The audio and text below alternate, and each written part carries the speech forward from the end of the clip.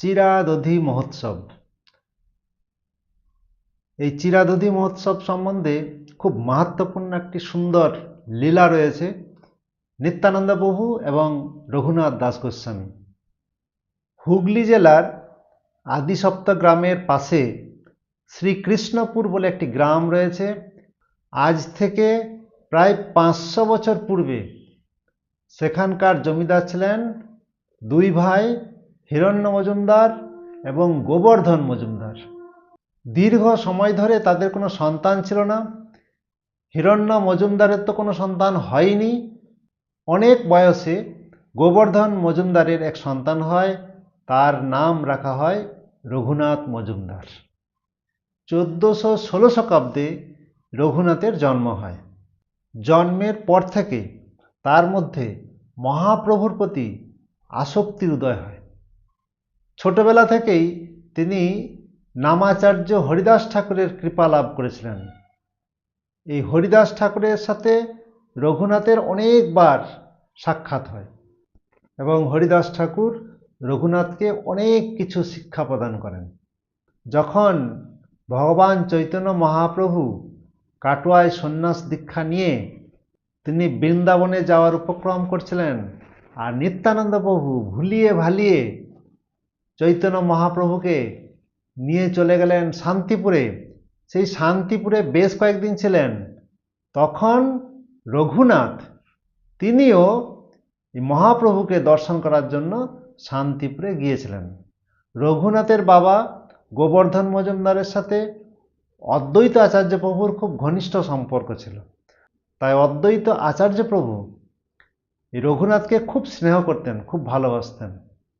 রঘুনাথ যতদিন শান্তিপুরে ছিলেন প্রত্যেক দিন চৈতন্য মহাপ্রভুর উচ্ছিষ্ট প্রসাদ রঘুনাথকে দিতেন। তারপর রঘুনাথ বাড়ি ফিরে এলেন, কিন্তু চৈতন্য মহাপ্রভুর বিরহ আর সহ্য করতে পারছেন না। বারবার তিনি চৈতন্য মহাপ্রভুর কাছে যেতে চাইছেন, পাগলের মতো হয়ে গেছেন। আর তার বাবা জেঠা তারা বারবার তাকে ধরে নিয়ে আসছে। অবশেষে যখন তার এই পাগলামি ঠিকই হচ্ছে না, তখন গোবর্ধন মজুমদার অর্থাৎ তার বাবা তাকে গাইড করার জন্য 11 জন প্রহরী রেখে দিলেন। 2 জন ব্রাহ্মণ, 4 জন সেবক আর 5 জন প্রহরী। এই 11 জন মিলে রঘুনাথকে গার্ড দিতে থাকলো, যেন রঘুনাথ ঘর ছেড়ে বাইরে যেতে না পারে। তারপরে বেশ কিছুদিন কেটে গেল।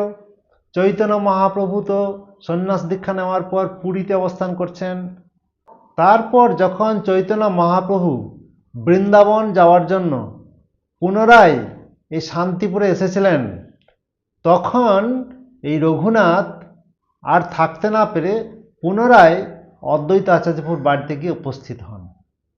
সেখানে চৈতন্য মহাপ্রভুর পাদপদ্মে পতিত হয়ে রঘুনাথ তার মনের কথা খুলে বলেন মহাপ্রভুকে।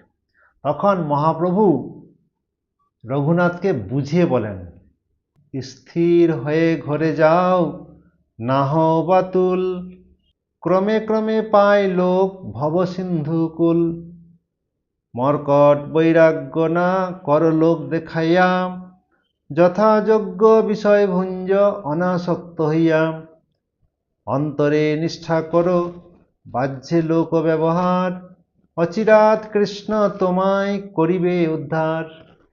এইভাবে চৈতন্য মহাপ্রভু রঘুনাথকে খুব সুন্দরভাবে বুঝিয়ে দিলেন। কি বুঝালেন? স্থির হইয়া ঘরে থাকো, স্থির হইয়া ঘরে যাও, না হও বাতুল।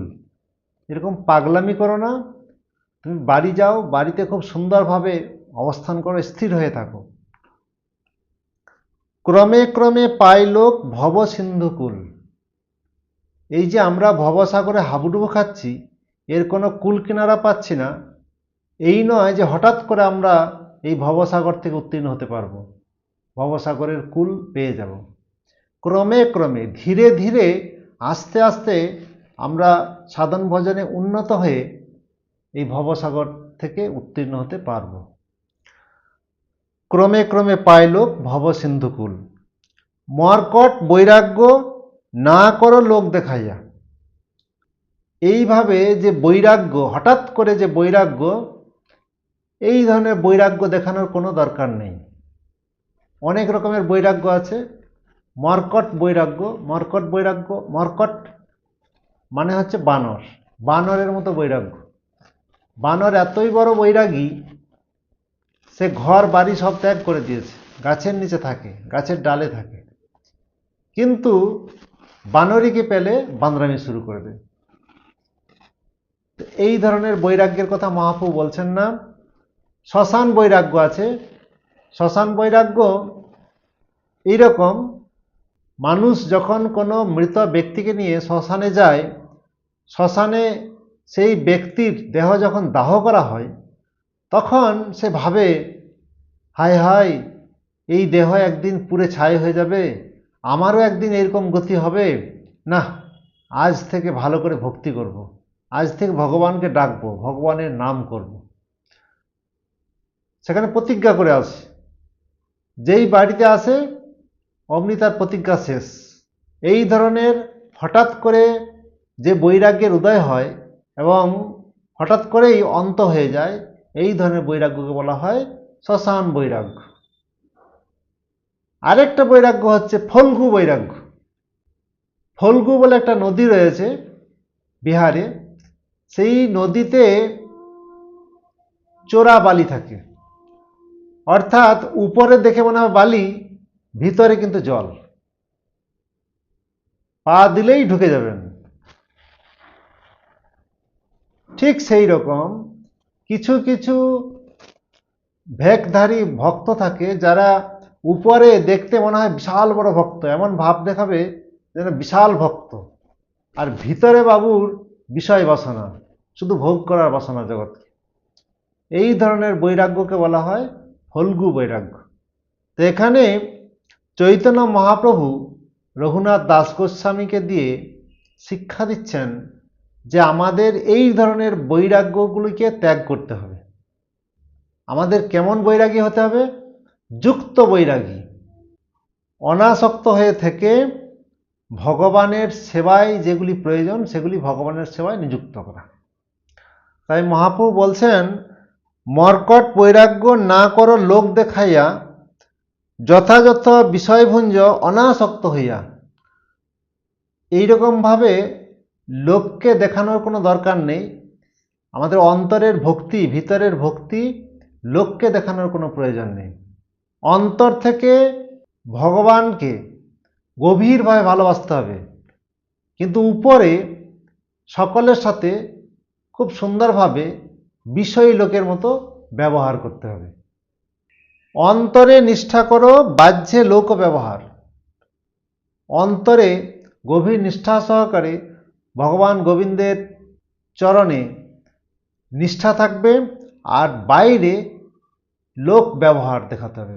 যেমন সাধারণ মানুষ যেমন ব্যবহার করে, ঠিক সেই রকম ব্যবহার করতে হবে। অচিরাত কৃষ্ণ তোমায় করিবে উদ্ধার। তো তুমি চিন্তা করো না, খুব কম সময়ের মধ্যেই কৃষ্ণ তোমাকে উদ্ধার করবেন। এইভাবে মহাপ্রভু যখন রঘুনাথকে খুব সুন্দর উপদেশ দিলেন, রঘুনাথ মনের আনন্দে তিনি বাড়ি ফিরে গেলেন, এবং বাড়িতে এমনভাবে তিনি অভিনয় করলেন, বাবা মা অবাক, বাহ, ছেলেটা আমার এইবারে একটু বুঝেছে, এইবারে একটু বিষয়ের দিকে ধ্যান দিতে শিখেছে। তার বাবা জ্যাঠাদের তখনকার দিনে বাৎসরিক ইনকাম ছিল 8 লক্ষ স্বর্ণ মুদ্রা, বিশাল ধনী লোক। তার বাবা জ্যাঠারা এখন মনে করছেন যে আমাদের একমাত্র বংশধর রঘুনাথ, তার এখন মতিগতি ফিরেছে, বিষয়ের দিকে তার একটু মন এসেছে। তাই খুব শীঘ্রই এক পরমা সুন্দরী, বিশ্ব সুন্দরী একটি মেয়ের সাথে রঘুনাথের বিবাহ দিলেন। খুব সুন্দরভাবে রঘুনাথ সব কিছু করছেন, বাড়ির মধ্যে আছেন। এখন আর রঘুনাথকে পাহারা দেওয়ার কোনো প্রয়োজন হচ্ছে না, সব কিছু ঠিকঠাক চলছে। বিবাহের 1 বছর পর আর রঘুনাথ তার সেই অন্তরের যে ভাব, ভগবানের প্রতি তার যে প্রেম, সেটা আর গোপন করে রাখতে পারলেন না। প্রকাশ করে ফেললেন। তার জন্য আবার পাহারা শুরু হয়ে গেল। 5 জন সৈনিক তাকে পাহারা দেবে, 4 জন রঘুনাথের সেবা করবে, আর 2 জন ব্রাহ্মণ উপদেষ্টা হিসাবে তার কাছে থাকবে। 11 জন এখন বন্দি দশা রঘুনাথের। মা বলছেন যে আমার এই ছেলেকে তুমি বেঁধে রাখো। এই সমস্ত পাহারাদারদেরও বিশ্বাস নেই কখন রঘুনাথ চলে যাবে আমাদের ছেড়ে। বাবা তখন মাকে বোঝাচ্ছেন, ইন্দ্র সম ঐশ্বর্য স্ত্রী অপ্সরা সম, এসব বাঁধিতে নারিলেক যার মন, দড়ির বন্ধনে তারে রাখিবা কেমতে, জন্মদাতা পিতা নারে প্রারব্ধ খণ্ডাইতে, চৈতন্য চন্দ্রের কৃপা হইয়াছে ইহারে, চৈতন্য প্রভুর বাতুল কে রাখিতে পারে। গোবর্ধন মজুমদার তার স্ত্রীকে বোঝাচ্ছেন, তুমি বলছো রঘুনাথকে বেঁধে রাখতে, আরে সামান্য দড়ি রঘুনাথকে কি করে বেঁধে রাখবে? ইন্দ্রসম ঐশ্বর্য, ইন্দ্রের মতো ধন সম্পদ আমাদের রয়েছে, সেই সম্পদ তাকে বেঁধে রাখতে পারছে না। স্ত্রী অপ্সরা সম, স্বর্গের অপ্সরারা যেরকম সুন্দরী হয়, ঠিক সেই রকম একটা বিশ্ব সুন্দরীর সাথে তার আমি বিবাহ দিলাম, সেই সুন্দরী তাকে বেঁধে রাখতে পারছে না। এসব বাঁধিতে নারিলেক যার মন, জগতের সব থেকে বড় বন্ধন দিয়েও যাকে বাঁধা গেল না, দড়ির বন্ধনে তারে রাখিবা কেমত, এই সামান্য একটা দড়ি দিয়ে তাকে কি করে বেঁধে রাখা যাবে।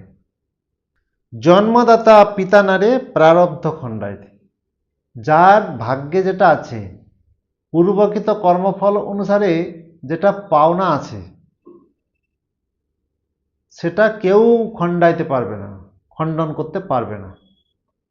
তো পূর্বকৃত স্বীকৃতি অনুসারে রঘুনাথের অন্তরে কৃষ্ণ প্রেম জাগরিত হয়েছে, চৈতন্য মহাপ্রভুর প্রতি তার প্রেম জাগরিত হয়েছে, এটা তুমি কোনোভাবেই খণ্ডন করতে পারবে না।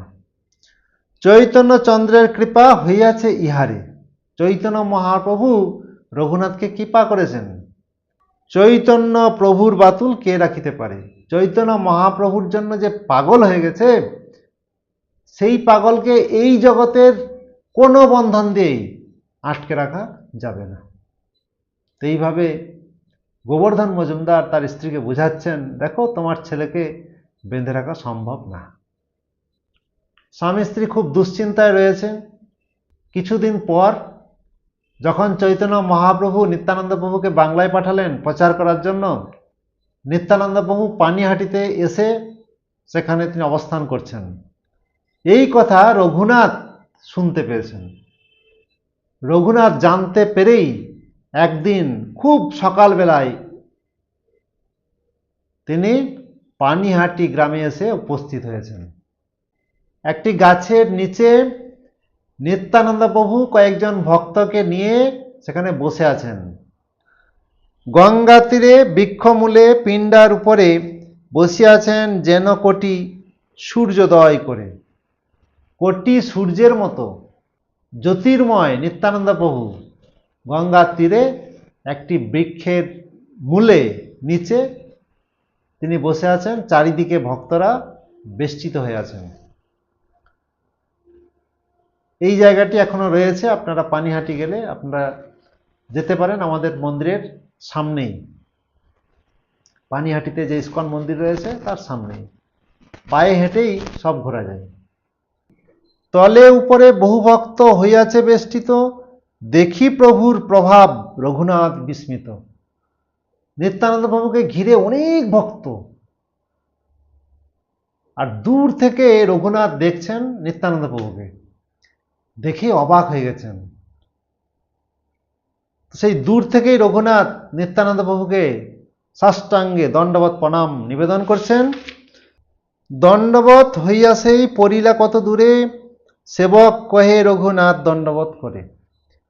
দূরে রঘুনাথ দণ্ডবৎ করছেন, আর নিত্যানন্দ প্রভুর একজন সেবক তিনি নিত্যানন্দ প্রভু বলছেন, প্রভু ওই দেখুন দূরে রঘুনাথ এসেছেন আর রঘুনাথ আপনাকে প্রণাম করছেন। শুনি প্রভু কহে চোরা দিলি দর্শন, আয় আয় আজি তোর করিমু দণ্ডন। নিত্যানন্দ প্রভু বলছেন, রঘুনাথ চোর বেটা আয়, এদিকে আয়, তোকে আজ আমি দণ্ড দেব। প্রভু বলায় দেহ নিকটে না করে গমন, আকর্ষিয়া তার মাথে প্রভু ধরিলা চরণ। নিত্যানন্দ প্রভুর কাছে যেতে রঘুনাথ খুব সংকোচ বোধ করছেন। তো ধরে এনে নিত্যানন্দ প্রভু তার নিজের চরণ রঘুনাথের মাথায় দিয়েছেন। কৌতুকী নিত্যানন্দ সহজে দয়াময়, রঘুনাথে কহে কিছু হইয়া সদয়। নিকটে না আইসো চোরা, ভাগ দূরে দূরে, আজি লাগ পাইয়াছি দণ্ডিমু তোমারে। দধিচিরা ভক্ষণ করাহ মোর গণে, শুনি আনন্দিত হইল রঘুনাথ মনে। এইভাবে নিত্যানন্দ প্রভু তিনি তো অসীম দয়ালু, কৃপালু। নিত্যানন্দ প্রভুর করুণা কে বর্ণনা করতে পারে? কৌতুকী নিত্যানন্দ, সহজে দয়াময়, খুব দয়াময়। যত ভগবানের রূপ রয়েছে তার মধ্যে সব থেকে করুণাময় রূপ হচ্ছেন এই নিত্যানন্দ প্রভু। নিত্যানন্দ প্রভুর কাছে যিনি আশ্রয় গ্রহণ করবেন তার আকাঙ্ক্ষা পূর্ণ হবেই। নিত্যানন্দ প্রভু হচ্ছেন অত্যন্ত দয়ালু। রঘুনাথে কহে কিছু হইয়া সদয়, রঘুনাথের প্রতি সদয় হয়ে, কৃপা পরবশ হয়ে কিছু বলছেন। নিকটে না আইসো চোরা, ভাগ দূরে দূরে। এতদিন ধরে তুমি দূরে দূরে ভেগে বেড়াচ্ছ, পালিয়ে বেড়াচ্ছ, তুমি আমার কাছে আসছো না।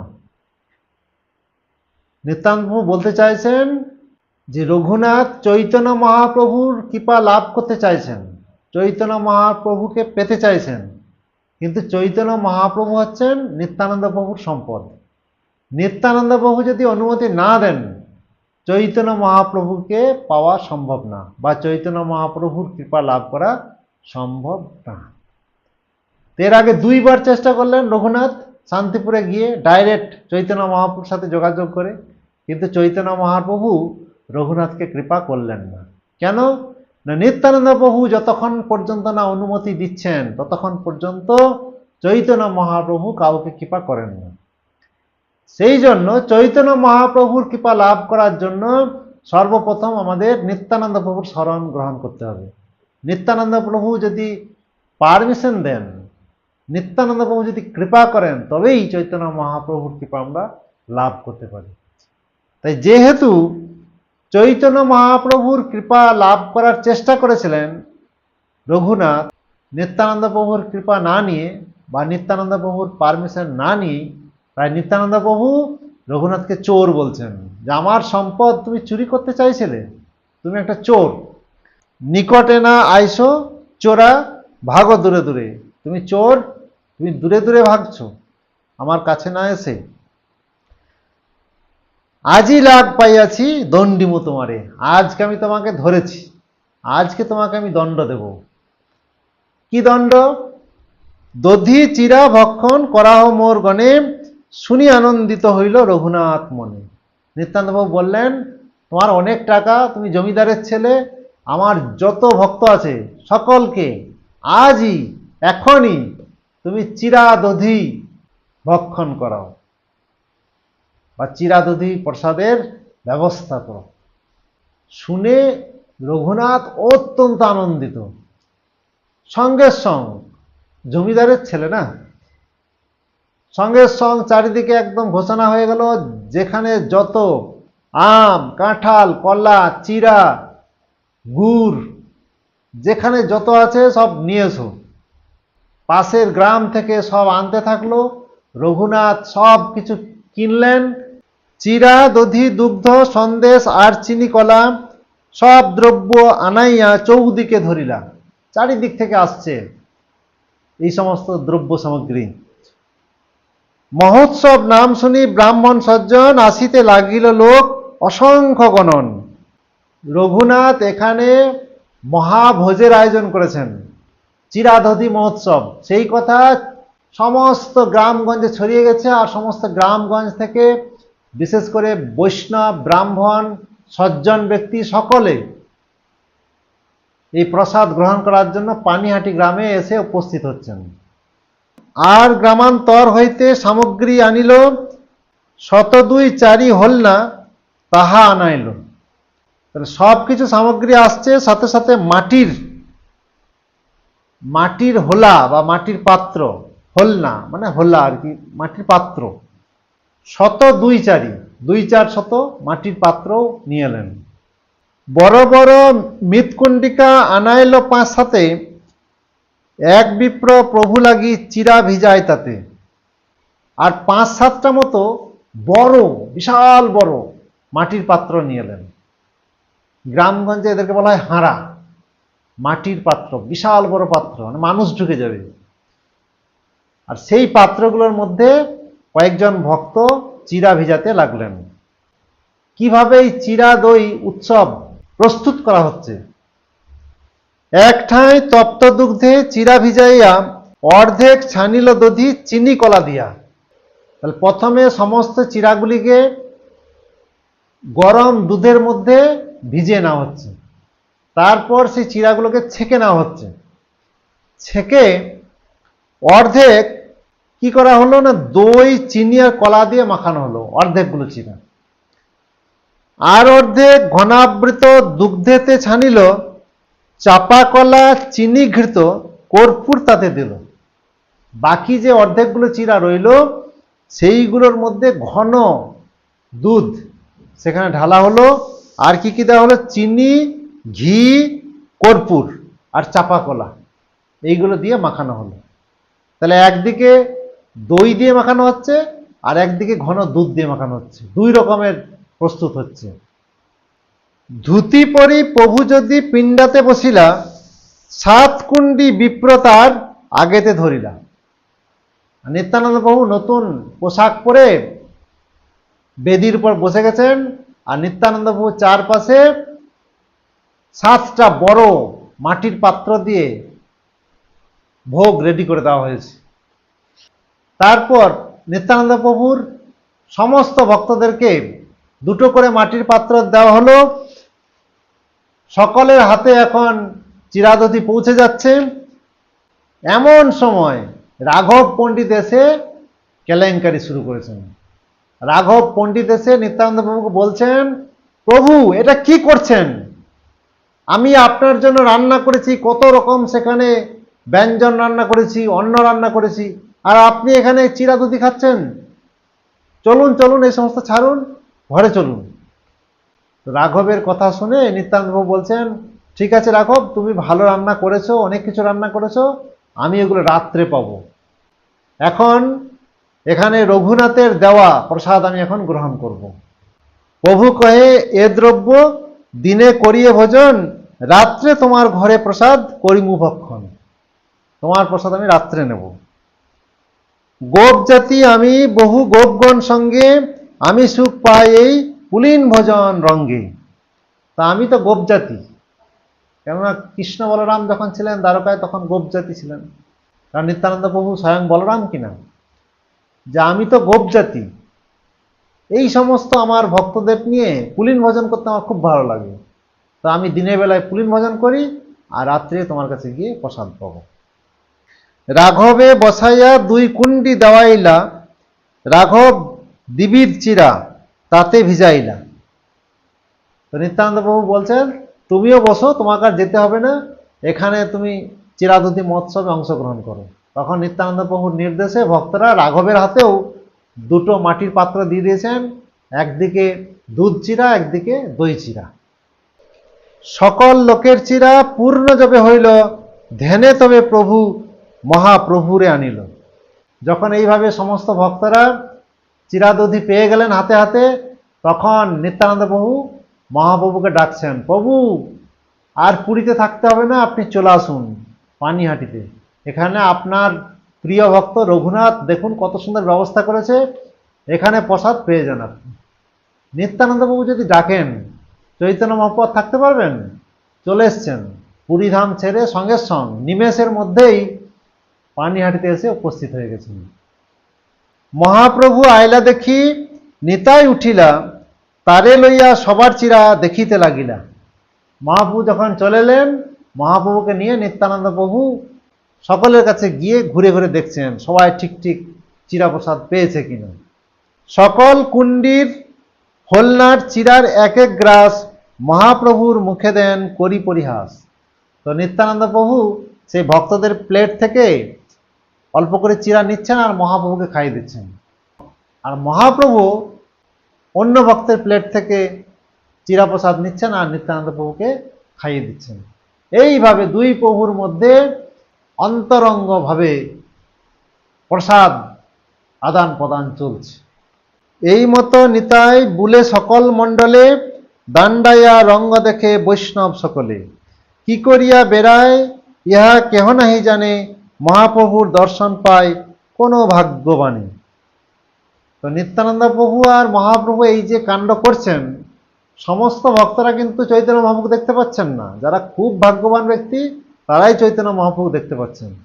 যারা দেখতে পাচ্ছেন তারা তো বুঝতে পাচ্ছেন, কিন্তু যারা চৈতন্য মহাপ্রভু দেখতে পাচ্ছেন না তারা বুঝতে পাচ্ছেন না যে নিত্যানন্দ প্রভু কি করছেন। এমনি করে প্রসাদ নিচ্ছেন, কাকে খাওয়াচ্ছেন, কি করছেন, কিছু বুঝতে পারছেন না। তবে হাসি নিত্যানন্দ বসিলা আসনে, চারিকুণ্ডি আরো চিরা রাখিলা ডাহিনে। তো তারপরে নিত্যানন্দ প্রভু বসে গেলেন আসনে এবং চৈতন্য মহাপ্রভুকে বসালেন। চারিকুণ্ডি মানে চারটা কুণ্ড, মানে মাটির চারটা মাটির পাত্রে, বড় পাত্রে। আরোয়া চিরা, আরোয়া চিরা মানে হচ্ছে আতপ চালের চিরা। রাখিলা ডাহিনে, এগুলো মহাপ্রভুর জন্য রাখলেন। আসন দিয়া মহাপ্রভুরে তাহা বসাইলা, দুই ভাই তবে চিরা খাইতে লাগিলা। তারপর মহাপ্রভুকে ডাকলেন, নিত্যানন্দ প্রভু আর চৈতন্য মহাপ্রভু দুজনে প্রসাদ পেতে শুরু করলেন। দেখি নিত্যানন্দ প্রভু আনন্দিত হইলা, কত কত ভাবাবেশ প্রকাশ করিলা। নিত্যানন্দ প্রভু খুব আনন্দ পেয়েছেন, চৈতন্য মহাপ্রভু এসছেন, সমস্ত ভক্তরা খুব আনন্দ পেয়েছেন, রঘুনাথ এত সুন্দর ব্যবস্থা করেছেন। আজ্ঞা দিলা হরি হরি করো ভোজন, হরি হরি ধ্বনি উঠি ভরিল ভুবন। যেই চৈতন্য মহাপ্রভু খেতে শুরু করেছেন, নিত্যানন্দ প্রভু খেতে শুরু করেছেন, আর নিত্যানন্দ প্রভু তখন বললেন, ঠিক আছে এখন সমস্ত ভক্তরা হরি হরি বলে প্রসাদ পাওয়া শুরু করুক। তো তখন সমস্ত ভক্তরা হরি বল বলে প্রসাদ পেতে শুরু করেছেন। হরি হরি বলি বৈষ্ণব করে ভোজন, পুলিন ভোজন সবার হইল শরণ। এইভাবে উচ্চস্বরে হরিধ্বনি করে সবাই প্রসাদ পেতে শুরু করেছেন। আর এই দৃশ্য দেখে অন্তরঙ্গ ভক্তদের পূর্বজন্মের কথা মনে পড়ে গেল, কিভাবে দাপর যুগে বৃন্দাবনে এইভাবেই তারা উৎসব করতেন। এইভাবে চিরাধুতি মহোৎসব সুসম্পন্ন হলো। আরও অনেক শ্লোক রয়েছে, আমি সব পড়ছি না, আপনারা পড়ে নিতে পারেন। শ্রী চৈতন্য চরিতামৃত অন্তলীলা 6ষ্ঠ অধ্যায় 43 নম্বর শ্লোক থেকে এই চিরাধুতি মহোৎসব লীলা শুরু হচ্ছে, আপনারা বাড়িতে পড়ে নেবেন। তো এরপরে রাত্রের বেলায় আবার রাঘব পণ্ডিতের বাড়িতে নিত্যানন্দ প্রভু গেলেন, সেখানে ভক্তদের নিয়ে বিশাল সমারোহে সেখানে উৎসব উদযাপিত হলো। তার পরের দিন রঘুনাথ নিত্যানন্দ প্রভুকে অনেক কিছু ডোনেশন করলেন, অনেক কিছু দিলেন, পোশাক অলংকার, কিছু অর্থ নিত্যানন্দ প্রভুকে দিলেন প্রচারের জন্য। তারপর রঘুনাথ রাঘব পণ্ডিতকে দিয়ে বলালেন নিত্যানন্দ প্রভুকে যে, প্রভু কি করে এই বিষয় বাসনা থেকে আমি মুক্ত হব, এই যে গৃহের বন্ধন, সংসারের বন্ধন থেকে আমি কি করে মুক্তি লাভ করতে পারবো। এই প্রশ্ন রঘুনাথ রাঘবের মাধ্যমে নিত্যানন্দ প্রভুর কাছে পৌঁছে দিলেন। তো নিত্যানন্দ প্রভু রঘুনাথকে কি বলছেন, তুমি যে করাইলা এই পুলিন ভোজন, তোমায় কৃপা করি গৌর কইলা আগমন।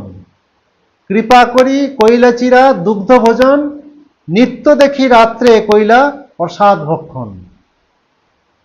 তোমা উদ্ধার রীতে গৌর আইলা আপনি, ছুটিল তোমার যত বিঘ্নাদি বন্ধনে।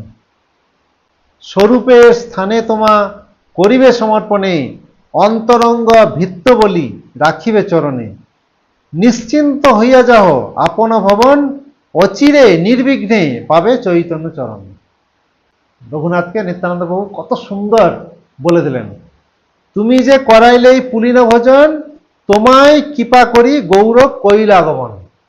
তুমি এই যে এত বৈষ্ণবের সেবা করলে, বৈষ্ণবদের কৃপা আশীর্বাদ লাভ করলে, বিশেষ করে নিত্যানন্দ প্রভুর কৃপা আশীর্বাদ লাভ করলেন, তাই রঘুনাথকে কৃপা করার জন্য চৈতন্য মহাপ্রভু জগন্নাথপুরী ধাম থেকে ছুটে এলেন এই পানিহাটিতে।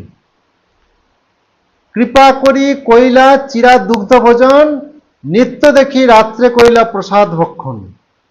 তোমাকে কৃপা করার জন্য প্রভু এলেন, দুপুর বেলাতে চিরাদধি প্রসাদ পেলেন, আবার রাত্রেও এলেন, রাত্রেও এসে রাঘবের ভবনে তিনি প্রসাদ পেয়ে গেলেন। তোমা উদ্ধারিতে গৌর আইলা আপনি, ছুটিল তোমার যত বিঘ্নাতি বন্ধনে।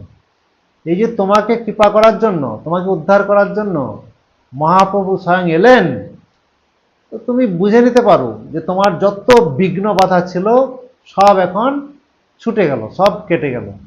তুমি নির্বিঘ্নে এখন মহাপ্রভুকে তুমি লাভ করতে পারবে।